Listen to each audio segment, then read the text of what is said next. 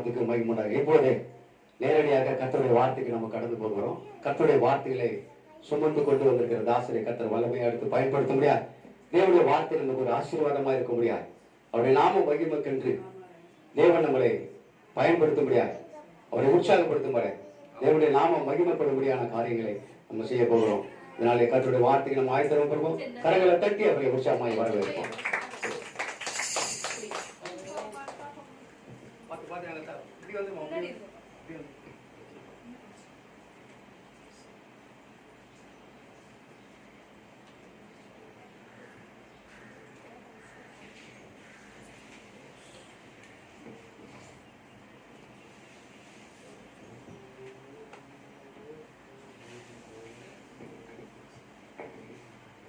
ஹல்லேலூயா. கர்த்தருடைய நாமம் மாத்திரம் மகிமைப்படுவதாக. இந்த ஆசீர்வாதமான நாளில் உங்கள் மத்தியில் கர்த்தருடைய வார்த்தை பகிர்ந்து கொள்வதற்கு தேவனோட கொடுத்த அந்த தேவ அன்புக்காகவும் மகிமையின் மாட்சிமையின் நிறைந்த நல்லாண்டுகளை நான் வாழ்த்துகிறேன். கர்த்தருடைய வார்த்தை பகிர்ந்து கொள்வதற்கு வாழ்த்து கொடுத்த அன்பான ஐயாவுகளுக்கும் மற்றும் ஆவிக்குரிய வாழ்க்கையில் எனக்கு உறுதுணையாக இருந்து காலம் சென்ற என்னுடைய பெருக்கம் மனோலி அவர்களுக்கும் வந்திருக்கிறதான சபை விசுவாசிகளாக யாவருக்கும் ஆண்டவரும் ஒரு லட்சமாக நாமத்தில் கிறிஸ்துமஸ் மற்றும் நியூ இயர் புத்தாண்டு வாழ்த்துதல்களை தெரிவித்துக் கொள்கிறேன். ஹல்லேலூயா. நீண்ட நாட்கள் பிறகு உங்கள் நாட்டிலே கர்த்தருடைய வார்த்தை பகிர்ந்து கொள்ளக்கூடிய ஒரு வாழ்க்கை ஆண்டவர்களுக்கு கொடுத்ததை நினைத்து மீண்டும் ஆண்டவருக்கு நன்றி சொல்கிறேன். கர்த்தரை வரவேற்கிறேன். கர்த்தருடைய வார்த்தைக்கு நேராக நாம் கலந்து சொல்வதற்கு முன்பாக நாம் கண்களை மூடி நாம் ஜெபிப்போம்.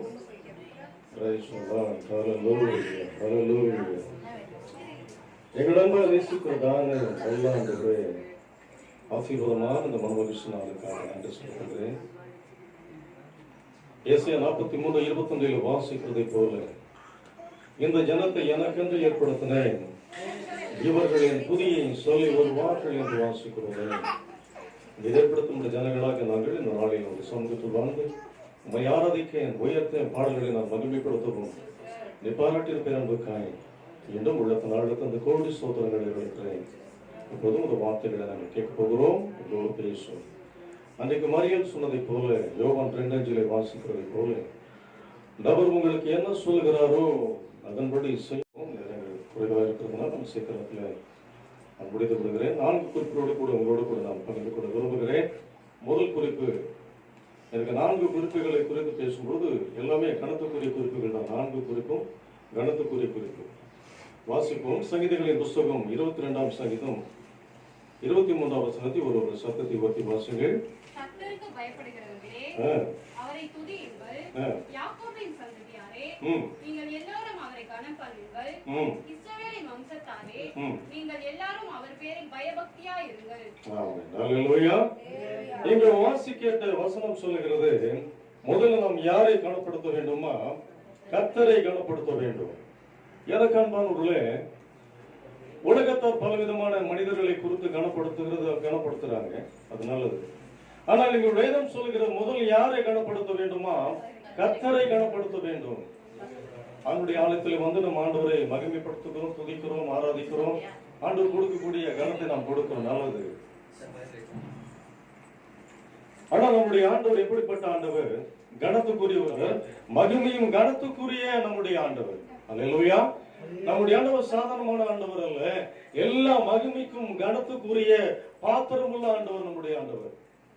அதனால்தான் இங்கு வேதம் சொல்லுகிறது, நீ யாரை கனப்படுத்த வேண்டும்? கர்த்தரை கனப்படுத்த வேண்டும். அப்படின்னா நாங்க ஆண்டவரை கனப்படுத்தாமல் இருக்கிறோமா? ஆண்டவரை நம்ம கனப்படுத்துறோம், இல்லைன்னு சொல்லவில்லை. ஆனா ஏதோ ஒரு காரியத்துல நம்ம ஆண்டவரை கலகனப்படுத்துகிறவங்களா இருக்கிறோம். ஐயா கொஞ்ச நாட்டுக்கு முன்னாடி சொன்னாரு, நேரங்களை சீக்கிரமா வரணும் அப்படின்னு சொன்னாரு. நேரங்கள் கூட ஆண்டவரை நம்ம கனகனப்படுத்ததான் இருக்கும். ஆண்டவரை துதிக்கிறோம், ஆராதிக்கிறோம், நல்லது.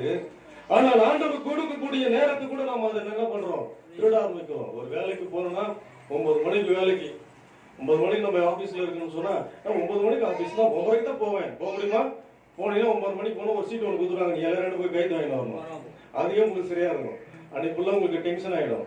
என்னடா அது இங்க லேட்டா போய் இவ்வளவு திருப்பி கைது வாங்கிட்டாங்க அப்படின்னு. ஒரு வேலைக்கு போனாலே நேரத்தை நாம் கடைபிடிக்கிறோமே. இப்ப நம்ம ஊர்ல இருக்க இடத்துல முதலமைச்சர் ஸ்டாலின் வராரு. ஸ்டாலின் ஐயா வராருன்னா அவர் 9 மணிக்கு வராருன்னா அவர் 9 மணிக்கு தான் வருவார். நான் 10 மணிக்கு போவேன். போக முடியுமா? அவருக்கு முன்பாக வந்து நம்ம என்ன பண்றோம்? காத்திருக்கிறோம். நல்லா அவரை கனப்படுத்தணும்னு சொல்லி அந்த அவர் வராருன்னு சொன்னா இந்த ரோடு இப்படியே இருக்கும், எல்லாம் மாறிடும். ஒரு மனிதன் வரான்னு சொன்னா அதுக்கு முன்பாக நம்ம காத்திருந்து அவரை கனப்படுத்துவதற்கு நாம் முந்திக் கொள்கிறோம் நாம் நினைக்கிறோமே. தேவனுடைய ஆலயத்துக்கு வருவதையும் நம்ம என்ன பண்ணணும், முந்திக் கொள்ளணும், சீக்கிரம் வரணும். எந்த அளவுக்கு கர்த்தரை சீக்கிரமா ஆண்டவருடைய ஆலயத்துக்கு வந்து ஆண்டவருடைய சமூகத்துல வந்து நாம் ஜெபிக்கிறோமோ நமக்கு வர வேண்டிய ஆசீர்வாதங்கள் என்ன பண்ணோம், சீக்கிரமா வரும். ஹல்லேலூயா. நீங்க லேட்டா வந்தா லேட்டா தான் வரும். இந்த வருஷத்துல விட்டுருங்க, இந்த வருஷத்துல நீங்க நிறைய லேட்டா வந்துருப்பீங்க. ஒரு புதிய வருஷத்துல போக போறீங்க, ஒரு தீர்மானம் எடுத்துங்க. ஆண்டவரே, இதுவரை எனக்கு ஏன் ஆசீர்வாதம் லேட்டா வருது, நான் ஒரு லேட்டா போறேன், அதனால தான் லேட்டா வருது. நான் புதிய வருஷத்துல என்ன பண்ண போறேன், நான் சரியான நேரத்துல போறேன். ஆபீஸ் போகும்போது என்னுடைய வேலைக்கு மற்ற என் சொந்த பந்தங்களுக்கு ஒரு திருமணத்துக்கு போட்டு குறித்த நேரத்தில் நான் போறேன். ஆண்டவரே, ஆனால் நம்முடைய ஆலயத்தை எடுத்த காரணங்களிலே நான் தாமதமாய் போகிறேன்.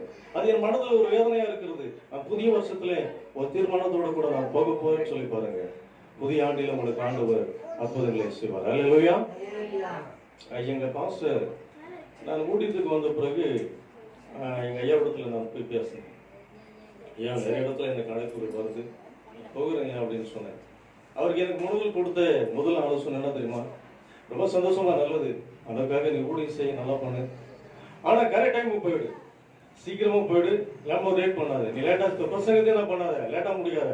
நீ மறுபடியும் லேட்டா சீக்கிரம் சர்ச்சுக்கு போகும்போது ஆலயத்துக்கு பிரசங்கம் பண்ணும்போது லேட்டா போய் பிரசங்கத்தை லேட்டா முடிச்சுன்னா உனக்கு கூட மாட்டாங்க. மறுபடியும் கரெக்டா போயிடுவேன். இதுவரை அந்த இடத்துல நான் லேட்டா போனதே கிடையாது. கொடுத்த நேரத்துல கரெக்டா போயிடுவேன்.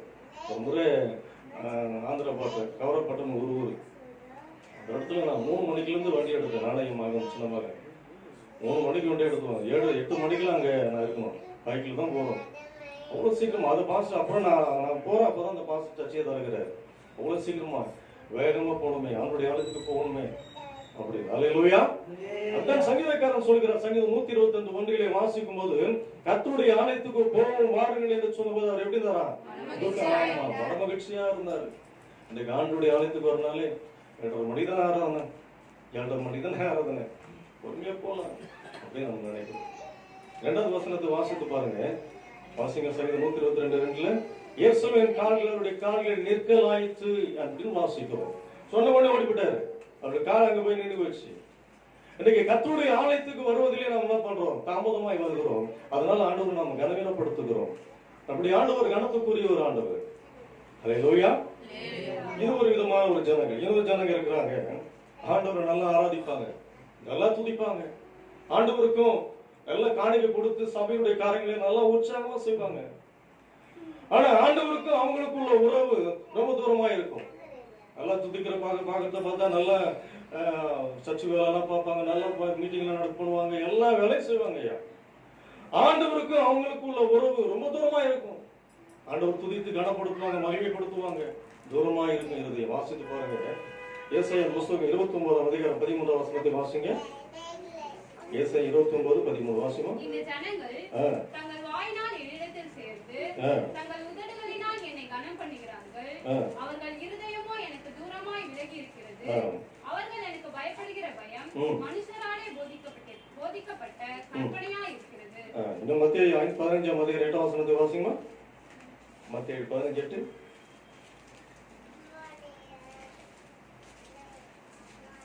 இந்த ஜனங்கள் தங்கள் வாயினால் என்னிடத்தில் சேர்ந்து தங்கள் உதடுகளால் என்னை கனம் பண்ணுகிறார்கள். அவர்கள் இருதயமோ எனக்கு தூரமாய் விலகி இருக்கிறது.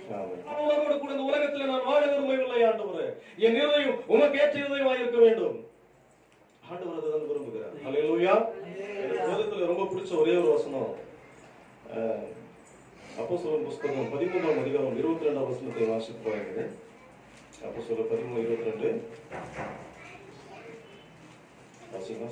அவர் அவனை தள்ளி தாவீதை அவர்களுக்கு ராஜாவாக ஏற்படுத்தி ஈசாயின் குமாரனாகிய தாவீதை என் இருதயத்துக்கு ஏற்றவனாக கண்டேன். எனக்கு சித்தமானவைகள் எல்லாம் அவன் செய்வான் என்று அவனை குறித்து சாட்சியம் கொடுத்தார். தாவீது ஒரு பக்கம் அவரு போயிட்டாரு, அந்த விட்டுருங்க, அந்த டாபிக் விட்டுருங்க. ஆனா ஆண்டவர் அவரை பார்த்து நான் சொல்ற, தாவீது என் இருதயத்துக்கு ஏற்றவனாக கண்டேன் அப்படின்னு சொல்றாரு. அப்ப ஆண்டவருடைய இருதயம் தாவீதுடைய இருதயம் ஒண்ணா இருக்கும் பொழுது, அல்லேலூயா, இன்னைக்கு நம்முடைய இருதயம் எப்படி இருக்குது ஆண்டவர் பார்த்து சொல்லலாம், எப்பா என் பிள்ளைங்க என்னை போல இருக்கிறாங்கப்பா, என்னை போல யோசிக்கிறாங்கப்பா, என் பிள்ளைங்க என்னுடைய இருதயமா இருக்கிறாங்க. தூரமா விலகி இருக்கிறியே, இந்த 12ஆம் மாதத்துல ஆண்டவரோடு கூட இணைந்துப்பார். இருதயம் ஆண்டவரோடு கூட இருக்கட்டும். அல்லேலூயா. இருதயம் அலைப்பாயுதுல, வேற கடத்தெல்லாம் பாக்குது இல்ல, இருதயத்துல பொல்லாத சிந்தைகள் வருகிறது இல்ல. இன்னைக்கு 12ஆம் மாதத்தில் இந்த பரிசுத்த பந்தியில் பங்கு பெறுவதற்கு முதலாவது உன்னை தகுதிப்படுத்திக் கொள், உன்னை பரிசுத்தமாக்கிக் கொள். பாவம் நிறைந்த உலகத்தில் வாழறாங்க கூட. நான் வரும்போது இந்த ஒயிட் சட்டை போட்டு நான் வந்தேன். நான் பெரும்பாலும் அதிகமா போட மாட்டேன். ஆனா அந்த சட்டை போட்டு வரும்போது வண்டி வரும்போது பார்த்து பார்த்து வரேன். எங்கனாச்சு அப்படின்னு கூட லாரிக்கார சொல்லிடான். ஒரு நம்மளுடைய இருதயம் அப்படிப்பட்ட ஒரு இருதயம். இருதயத்துல பரிசுத்தமான இருதயம், ஆண்டவர் தங்குகிற இருதயம். இந்த இருதயத்துல ஆண்டவர் தங்குகிற இருதயத்துல நம்ம இருதயத்துல பாவ எண்ணங்கள் இருக்கக்கூடாது, கெட்ட எண்ணங்கள் இருக்கக்கூடாது. இந்த இருதயம் பரிசுத்தமான இருதயம். தாவீது பார்த்து தாவீது என் இருதயத்துக்கு ஏற்றவனாக கண்டேன் அப்படின்னு சொல்றாரு. அப்ப தாவீது எப்படி ஆண்டவரோடு கூட இருந்திருப்பார்? ஏன் தாவீதுக்கு மட்டும் ஆண்டவர்? நமக்கு தான் ஆண்டவர். அல்லேலூயா. ஆண்டவர் நம்முடைய இருதயத்துல தான் வாசம் பண்ணுகிறார். இந்த இருதயத்துல ஆண்டவருக்கு இடம் கொடுக்க வேண்டும். எனக்கு நாம் யாருக்கு இடம் கொடுத்து கொண்டிருக்கிறோம்? அல்லேலூயா. ஆண்டவருக்கு நாம் கனப்படுத்துவர்களாய் மாற வேண்டும். முதல் காரியத்தை பார்த்தோம், கர்த்தரை கனப்படுத்துங்கள். இரண்டாவது குறிப்பு வாசிப்போம். எபேசியர் புத்தகம் 6ஆம் அதிகாரம் 3ஆம் வசனத்தை ஒரு வாசிங்கள்.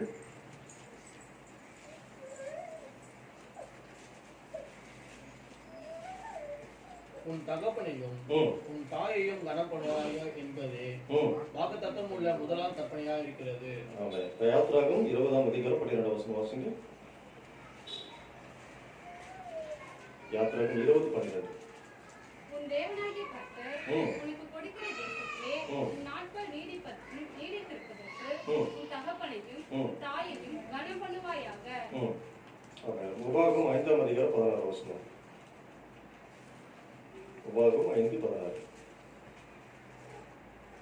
உன் தேவனாகிய கர்த்தர் உனக்கு கொடுக்கும் தேசத்திலே உன் நாட்கள் நீடிப்பதற்கும் நீ நன்றாய் இருப்பதற்கும் உன் தேவனாகிய கர்த்தர் உனக்கும் கட்டளையிட்டபடியே உன் தகப்பனின் தாயும் கனம் பண்ணுவாயாக. மத்தேயு புத்தகம் 15:4 வாசிங்க. மத்தேயு 15:4. உன் தகப்பனையும் தாயையும் கனம் பண்ணுவாயாக என்றும் தகப்பனையாவது தாயாவது நிந்திக்கிறவன் கொல்லப்பட வேண்டும் என்று தேவன் கற்பித்திருக்கிறாரே. அல்லேலூயா. இரண்டாவது வார்த்தை, இரண்டாவது கூடிய வார்த்தை, உன் தாயும் தகப்பனையும் கனம் பண்ணுவாயாக. முதல் காரியம் கர்த்தரை கனப்படுத்த வேண்டும். இரண்டாவது காரியம், இது ரொம்ப முக்கியம், தாயும் தகப்பனையும் கனம் பண்ணணும். ரொம்ப நாள் வாழணும்னு சொன்னா அப்பா அம்மா கனம் பண்ணணும். இன்னைக்குரிய காலங்களில ரொம்ப கஷ்டமா இருக்கு. தாய் தகப்பனை கனப்படுறதே கிடையாது. கொஞ்சம் படிச்சுட்டா போதும், கொஞ்சம் படிச்சு நல்லா சம்பாதிச்சுட்டா போதும். அவங்களுக்கு ஒண்ணுமே தெரியாதுங்க. ஏன்னா இவருக்கு எல்லாம் தெரியல, ஏன்னா படிச்சுட்டாருல. இந்த படிப்புக்கெல்லாம் யாரையா காரணம்? பெற்றவங்க தானே. நான் கஷ்டப்பட்டு கடினப்பட்டு லட்சமா செலவு பண்ணி உன்னை காப்பாத்தினாங்களே, அவங்க தானே காரணம். ஆனா இன்னைக்கு பெற்றவங்களை காப்பாத்துறது இல்லை, கனப்படுத்துறது இல்லை, அவங்களை கனவீனப்படுத்துறாங்க.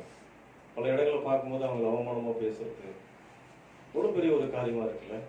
ஆண்டவர் இன்னைக்கு சொல்றாரு, தாயின் தகப்பன கனவு. அல்லேலூயா. தான் முதல் கற்பனையா இருக்கிறது. உபாகத்துல வாசிக்கும் போது 5:14 வாசிக்கும் போது, உன் தேவனாகிய கர்த்தர் உனக்கு கொடுக்கிற தேசத்துல உன் நாட்டு நீடித்திருப்பதற்கு நன்றாய் வாசிங்க வசனத்தை. உன் தேவனாகிய கர்த்தர் உனக்கு கொடுக்கிற தேசத்திலே உன் நாட்கள் நீடித்திருப்பதற்கும் நீ நன்றாயிருப்பதற்கும் தேவனாகிய கர்த்தர் உனக்கு கட்டளையிட்டபடியே உன் தகப்பனையும் உன் தாயும் கனம் பண்ணுவாயாக. கட்டளை போடுகிறார். கட்டளை என்ற வார்த்தை வேதாந்தத்துல ஆரியாமோசத்துல வருகிறது. கட்டளை என்ற வார்த்தை ஆதியாகமம் 2ஆம் அதிகாரம் 1ஆம் வசனத்துல நீங்க வாசித்து பார்க்கும் பொழுது, முதலாம் ஆற்றுக்கு பைத்தோன் என்று பெயர். அது ஆவிலா தேசம் முழுவதையும் சுற்றி ஓடும். அவ்விடத்திலே பொன் விளையும். இல்லை, ஆதியாகமம் 2:11 2:11 தோட்டத்துள்ள கனிகளை கட்டளையிட்டார் அப்படின்னு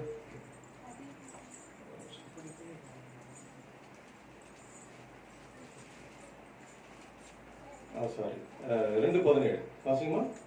பின்பு அவர் ஆதாமை நோக்கி, நீ உன் மனைவியின் வார்த்தைக்கு செவி கொடுத்து புசிக்க வேண்டாம் என்று நான் உனக்கு விலக்கின விருட்சத்தின் கனியை புசித்தபடியினாலே பூமி உன் நிமித்தம் சபிக்கப்பட்டிருக்கும். நீ உயிரோடு இருக்கும் நாளெல்லாம் வருத்தத்தோட அதன் பலனை புசிப்பாய். இல்ல 17. ஆனாலும் நன்மை தீமை அறியத்தக்க விருட்சத்தின் கனியை புசிக்க வேண்டாம், அதை நீ புசிக்கும் நாளிலே சாகவே சாவாய். கட்டளை என்ற வார்த்தை ஆதியாகமத்தில் தான் வருகிறது. அதுக்கப்புறம் பெற்றோர்களை குறித்து ஆண்டவர் கட்டளை போடுற கட்டளைன்றது அது ஆர்டர் போடுறாரு. இந்த கட்டளை உன் தாய் தகப்பனை நீ கணக்கு பண்ணும்பா, இதான் உனக்கு கட்டளை. 10 கட்டளை இருக்கிறது. அது ஒரு கட்டளை, பெற்றவங்களை தாய் தகப்பனை கணக்கு பண்ணணும். எனக்கு எப்படி இருக்கணும்? தாயை தகப்பனும் கணக்கு பண்ண வேண்டும். அல்லேலூயா. ஆண்டவர் விரும்புகிறது என்ன? உன் தாயின் தகப்பனும் கணக்கு பண்ணணும். உன் ஆயுசு நாட்கள் நீடித்திருக்க வேண்டும் என்று சொன்னால் நீ ஆண்டவருக்கு ஆண்டுடைய பிள்ளையா இருக்கிற நீ உன் தாய் தகப்பனை என்ன பண்ண கணக்கு பண்ணு. நல்ல வெளி வருஷத்துக்கெல்லாம் போயிட்டு நல்ல வெளியே டிப்டாப்பா போறது பெருசு இல்லை. உன் தாய் தகப்பனை எல்லாம் கணக்கு பண்ணுப்பாரு. நான் பிளாட்ல நிறைய பிளாட்ல செக்யூரிட்டி பேர் வச்சு நடத்துறேன். அதுல நான் பார்த்த இடத்துல ஒருத்தர் கூட அவங்க அப்பா அம்மா இல்லைங்க. எல்லா புருஷன் பொண்டாட்டி அவங்க பிள்ளைங்க, அவ்வளவுதான். வேற யாருமே இல்லை. அவங்க அப்பா அம்மா நானும் பார்க்குறேன். நிறைய பிளாட்ல எடுத்து பண்ணிட்டு இருக்கேன். நான் பிளாட்ல ரவுண்ட்ஸ் எல்லாம் போவேன். சரி, ஓரளவுக்கு நைட்ல என்ன வராங்க, நைட்ல கூட ரவுண்ட்ஸ் போவேன். அப்போ பார்த்தாலும் யாருமே வர மாட்டாங்க, பெற்றவங்க யாருமே வர மாட்டாங்க. எப்பாவது ஒரு முறை வருவாங்க. அவங்கள பார்க்கறதுக்கே பத்தவமா இருக்கும். இவர் பார்த்தா நல்லா டிப்டாப்பா காரில் போவாரு, அவங்கள பார்த்தா அப்படியே ரொம்ப கேவலமா வருவாங்க. இவங்களோட அவங்க அப்பா அப்படின்ற மாதிரி ஆயிடும். தும்பை பிள்ளைங்களை தும்பை பெற்றவங்களை தும்பை முதியோர் இல்லத்துல விடுற பெற்றோர் பிள்ளைகளை பார்க்கிறோம் இல்லைங்க. முதியோர் இல்லத்துல தும்பை விட்டுறாங்க. நிறைய விஷயங்களை நான் பார்த்திருக்கிறேன். ஆண்டவர் அதை விரும்புகிறது இல்லை. உன் நாட்கள் நீடித்து இருக்குன்னு சொன்னா, உன் ஆயுசு காலங்கள் உயிரோட கூடிய ரொம்ப நாள் வாழணும்னா உன் தாயின் தகப்பனை கணக்கு பண்ணுயா. எது கேட்டாலும் எனக்கு தெரியாது, அவங்க தெரியாதுப்பா, எல்லாம் எனக்கு தான் தெரியும். பெத்தவங்களை அவமானப்படுத்துறிய, 10 பெத்தவங்களை பார்த்து ஏளனமா நினைக்கிறிய, அவங்களை அப்பமா நினைக்கிறிய. எப்படியா தேவனுடைய ஆசீர்வாதங்கள் உங்களுக்கு வரும்? வெளியில போனா நல்லா உனக்கு மதிப்பு மரியாதை கிடைக்குது. இதுக்கு காரணம் யாரு? உன் பெத்தவங்க தானே. அவங்களை கனப்படுத்த மாட்டேன்றிய. ஒரு வீட்டுல ஒரு தம்பி ஒருத்தன் தான், அவங்க அப்பா ஒரு பையன். அவன் அவங்க அப்பா அம்மாவுக்கு தனியாக ஒரு அவனுங்க தட்டி போட்டு வச்சுருந்துருக்காங்க. அந்த பையன் ரொம்ப நேரம் பார்த்துட்டு வந்துருக்கான். என்னடா அது அப்பா இப்போ மொத்தத்தில் ஒரு தட்டில் ஆயிரம் பாட்டிக்கு 2 பேருக்கும் தனியாக தட்டு இருக்கு. இது ரொம்ப நாள் இங்கேயே இருக்குது. அவங்க வருவாங்க சாப்பாடு எடுத்து அந்த தட்டு பார்க்கறதுக்கு ஒரு கேவலமாக இருக்கும்போது ரொம்ப நாள் இந்த பையன் அப்படியே நோட் பண்ணியிருக்கான். அப்போ ஒரு நாள் என்ன பண்ணால் சில்வர் தட்டி எடுத்து போயிட்டு அதே இடத்துல எடுத்து வச்சுட்டான். அவங்க அப்பா திடீர்னு வந்து பார்த்து, என்னடா அங்க தட்டி அந்த சில்வர் தட்டு வச்சிருக்கேன், தாத்தா பாட்டிக்கு 2 பேருக்கும் அந்த அலுமினியம் தட்டு தானே, அவங்க இப்போ அந்த ஓரத்துல தான் மூலியதான் வச்சிருக்கிறோம், அதெல்லாம் எடுக்காத, நீ அந்த தட்டி அங்கே எடுத்து வச்ச அப்படின்னு சொல்லி அவங்க அப்பா கேட்டாரு. அதுக்கு அந்த பையன் சொன்னானா, அப்பா இப்போ தாத்தா பாட்டிக்கு நீங்க எடுத்துட்டு வந்து இந்த அலுமினியம் தட்டி வச்சிட்டீங்க, நாளைக்கு உங்களுக்கு தேவைப்படும் போது அந்த தட்டு தேவைப்படலப்பா, அதனாலதான் அங்க எடுத்து வச்சுக்கிறேன் அப்படின்னா. அவங்க அப்பாவுடைய உள்ளம் உருக ஆரம்பிச்சு. என் பெற்றவங்க பிள்ளைங்களும் அப்படிதான், பெற்றோர்களை அப்படிதான் ஒதுக்கிறாங்க. நீ என்ன பண்றியோ அதான் இருப்ப, எதை விதைக்கிறாயோ அதுதான் இருப்ப. இன்னைக்கு உன் பிள்ளை நீ பிள்ளை இன்னைக்கு இன்னைக்கு நீங்க பெத்த தாய் தகப்பனை பார்க்கற, நாளைக்கு அந்த கதை உனக்குதான். ஐயா, வயசான காலத்துல பெற்றவங்களை நல்லா கவனிங்க. அவங்களை கனப்படுத்துங்க. அவங்களுக்கு வயசு சென்ற போது அவங்களை அசட்டம் பண்ணாதீங்க, அவங்களை கனகனப்படுத்தாதீங்க, கனப்படுத்துங்க. எங்க அம்மா முடியாம நாட்கள் இருந்தாங்க. என் மடங்கி பிள்ளைகளை கூட நான் அவங்களை கவனிக்க சொல்ல, ஆனா நீங்க பார்க்காதீங்க, நானே பார்த்துக்கிறேன், எனக்கு அந்த பாக்கியத்தை கொடுத்துருங்க பாடுங்க, நீங்க யாரும் பார்க்க வேணாம். எங்க அம்மா எனக்கு ஒரே பிள்ளை வீட்டில் அண்ணன் தம்பி அக்கா தங்கச்சி யாரும் கிடையாது. அதனால நானே வந்து எங்க அம்மாவை நானே பார்க்கணும்னு நினைச்சேன். நீங்க யாரும் பார்க்க கூடாது, பரவாயில்ல, எனக்கு வேலை போனாலும் பரவாயில்லன்னு சொல்லி அன்னைக்கு நான் ஒரு கம்பெனியில வேலை செய்யணும். அந்த வேலையும் போயிடுச்சு. எங்க அம்மா ஒரு 2 மாசமா படுத்த படிக்கையா இருந்தாங்க. மோஷன் போயிடுவாங்க, இவரு அப்படியே படுத்த படிக்கையே போயிடுவாங்க. அவங்களை குளிப்பாட்டி அவங்க துணிமணி மாட்டி எல்லா வேலையும் நானே தான் பார்ப்பேன். குறிப்பிட்ட நாட்கள் வரை ஆண்டவர் அவங்க வச்சிருந்தார், ஆண்டவர் எடுத்துக்கொண்டார். வாசிப்போம். யோவானின் புத்தகம் 12ஆம் அதிகாரம் 26ஆம் வசனத்தை ஒரு வாசிங்கள். யோவான் 12:26. ஒருவன் எனக்கு ஊழியம் செய்கிறவனானால் என்னை பின்பற்ற கடவன். நான் எங்கே இருக்கிறேனோ அங்கே என் ஊழியக்காரனும் இருப்பான். ஒருவன் எனக்கு ஊழியம் செய்தால் அவனை பிதாவானவர் கனம் பண்ணுவார். இது 2வது காரியம். ஆண்டவருக்கு ஊழியம் செய்தால் ஆண்டவருக்கு பிதாவுக்கு ஊழியம் செய்தால் ஆண்டவர் என்ன பண்ணுவார்? கனம் பண்ணுவார். ஆண்டவருக்கு ஊழியம் செய்தால் ஆண்டவர் கனம் பண்ணுவார். ஊழியம் செய்கிறதுனாலே ஆண்டவர் என்ன பண்றாரு? கனம் பண்றாரு. ஒருவன் ஊழியம் செய்தால் பிதானவர் அவனை கனம் பண்ணுகிறார். 2 காரியங்களை குறித்து பேசுனேன். கர்த்தரை கனப்படுத்த வேண்டும். 2வது காரியம் தகப்பனின் தாயையும் கனப்படுத்த வேண்டும். இன்னொரு 3வது குறிப்பு, ஆண்டவருக்கு ஊழியம் செய்தால் ஆண்டவர் என்ன பண்ணுவாரு? கனப்படுத்துவார். ஒரு ஊழியம் செய்தால், ஒருவன் எனக்கு ஊழியம் செய்தால் பிதானவர் என்னை கனப்படுத்துவார். இது ரொம்ப முக்கியம். ஊழியத்துல நிறைய வித்தியாசங்கள் இருக்கிறது. நீங்கள் 1 கொரிந்தியர் புஸ்தகம் 12ஆம் அதிகாரம் 5ஆம் வசனத்திலே வாசித்து பாருங்கள். 1 கொரிந்தியர் புஸ்தகம் 12:5 வாசிங்கம்மா. ஊழியங்களில் வித்தியாசங்கள் உண்டு, கர்த்தரே ஒருவரே. எபேசியர் புஸ்தகத்துல வாசித்து பாருங்கள். 4ஆம் அதிகாரம் 13ஆம் வசனம். அவர் சிலரை அப்போஸ்தலராகவும் சிலரை தீர்க்கதரிசிகளாகவும் சிலரை சுவிசேஷகராகவும் சிலரை மேய்ப்பராகவும் போதவராகவும் ஏற்படுத்தினார். ஊழியத்துல பல வித்தியாசங்கள் இருக்கு. இப்ப நான் செய்யறது சுவிசேஷ ஊழியம், ஐயா செய்யறது மேய்ப்பர் ஊழியம். எல்லா ஊழியம் ஆண்டவருக்காக தான் நம்ம செய்யறோம். அந்த ஊழியத்துல ஆண்டவர் ஒரு ஆண்டவருக்காக நம்ம ஊழியம் செய்யும் போது ஆண்டவர் நம்மை கனப்படுத்துகிறார். ஒரு ஊழியம் செய்தால் பிதானவர் நம்மை கனப்படுத்துகிறார். சரிங்க, எனக்கு படிப்பு இல்லைங்க, எனக்கு ஊழியம் செய்ய முடியாது அப்படின்னு நீங்க நினைக்கலாம். நீங்க அப்படி முடியலன்னா கூட நீங்க என்ன பண்ணணும், ஊழியத்துக்கு கொடுக்கலாம், சபை கொடுக்கலாம், உட்காந்து ஜெபம் பண்ணலாம். ஐயா என்னால ஓட முடியாது, ஐயா எனக்கு வயசாச்சு, என்னால போய் பார்க்க முடியாது, சபையில் நடக்கிற ஊழியங்களுக்காக ஜெபிக்கலாம். அது மாதிரி அது ஒரு ஊழியம் தான். இந்த மைக் பிடிச்சி பேசுறதுனால ஊழியம் கிடையாது. நினைச்சிருவோம் மைக்கி பிடிச்சி பேசுனாதான் ஊழியம் கிடையாது. இதுவும் சபையில் இருக்கிற வேலைகளை செய்யறதும் ஒரு ஊழியம், ஜெபம் பண்றது ஒரு ஊழியம், கொடுக்கிறது ஒரு ஊழியம், சபையின் காரியங்களை தாங்கிறது ஒரு ஊழியம். எல்லாவற்றுக்கும் ஒரு ஊழியங்கள் இருக்கிறது. எப்படி மேய்ப்பர்களையும் சொல்லி மேய்ப்பர்கள் தீர்க்கதரிசிகள் அப்படி ஒவ்வொரு ஊழியங்கள் இருக்கிறதோ அதே போலதான் நாம சபைக்கு எடுத்த காரியங்களையும் நம்ம செய்யறது ஒரு ஊழியம். பாடு வரல, சபைக்கு வரது நேரம் யாருமே வரல, சபை எடுத்த வேலையை நீங்க செய்து பாருங்க, கூட்டுங்க, பெருக்கி பாருங்க, அது ஒரு ஆசீர்வாதம், அது ஒரு ஊழியம். நான் ஏன் பார்க்கணும், நான் ஏன் செய்யணும்? எங்க சர்ச்சில் நான் செய்யற வரையும் நான் பார்த்தேன். எனக்கு அந்த கண் ஆப்ரேஷன் பண்ண பிறகு நான் அதுக்கப்புறம் அந்த வயிற்றான தூக்க முடியலன்னு சொல்லிட்டு நான் அதுக்கப்புறம் நான் பார்க்கறது விடல. சேர்லாம் எல்லாம் எடுத்து போட்டு தான் அதுக்கப்புறம் தான் நான் வீட்டுக்கே போவேன். ரொம்ப நேரம் போட்டு தான் எங்கள் வீட்டுக்கு போவேன். சர்ச்சுக்கிற வேலைலாம் கூட மாட பெருக்கிற வேலை, அது ஒரு ஆசீர்வாதம். நீங்கள் சர்ச்சு வேலையை செய்து பாருங்க, சர்ச்சை வேலைகளை கூட்டி பாருங்க, சபையில் நடக்கிற ஊழியங்களை நீங்கள் பங்கு பெற்று பாருங்க. எந்த ஊழியம் கொடுத்தாலும் எந்த ஊழியம் இருந்தாலும் அந்த ஊழியத்தில் நீங்கள் என்ன பண்ணுங்க, பங்கு பாருங்க. அல்லேலூயா. கர்த்தருக்காக நீங்க ஊழியம் செய்யும் போது ஆண்டவர் அந்த ஊழியத்துல பிரியப்படுகிறார். அல்லேலூயா. 2 தீமோத்தேயு புஸ்தகம் 4ஆம் அதிகாரம் 5ஆம் வசனம் வாசித்து பாருங்க. 2 தீமோத்தேயு 4. நீ எல்லாவற்றிலும் மனத்தெளிவுள்ளவனாய் இரு, தீங்கு அனுபவி, சுவிசேஷனுடைய வேலையை செய், உன் ஊழியத்தை நிறைவேற்று. ஊழியம் செய்யும்போது ஊழியங்களை நம்ம செய்யும் போது சில பிரச்சனைகள் வரும். என் குடும்பத்திலேயே பிரச்சனைகள் வரும். எதுக்காக? கர்த்தருக்காக நான் ஊழியம் செய்யும் போது பாடுகள் வரதான் செய்கிறது.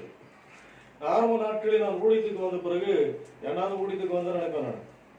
நான் நினைச்சேன் ரொம்ப மைக்கெல்லாம் போட்டு நம்ம ஸ்டேஜில் கூட்டுருவாங்க, பேசுவோம் அப்படின்னு தான் நினைச்சு பார்த்தேன்.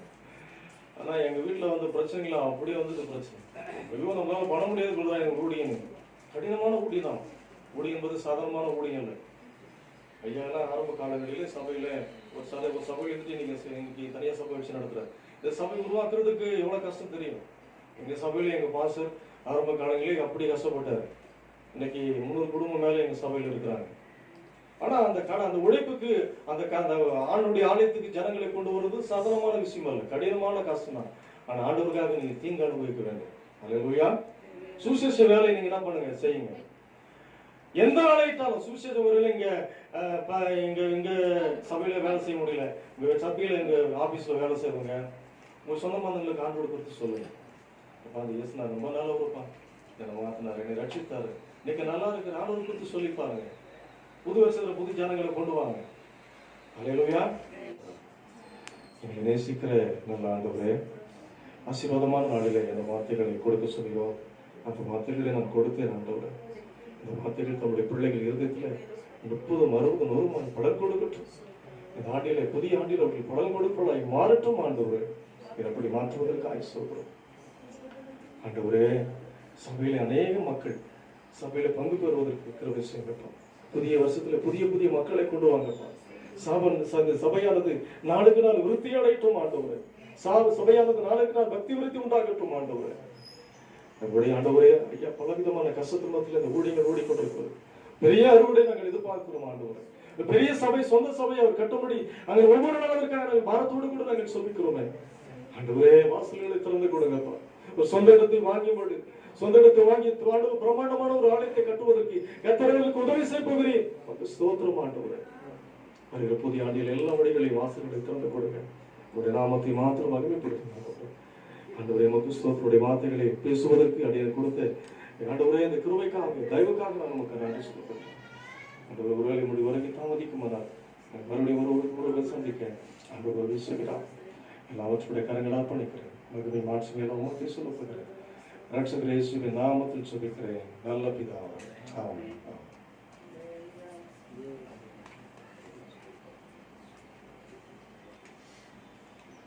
கர்த்தருடைய நாமத்துக்கு மகிமை உண்டாதாக.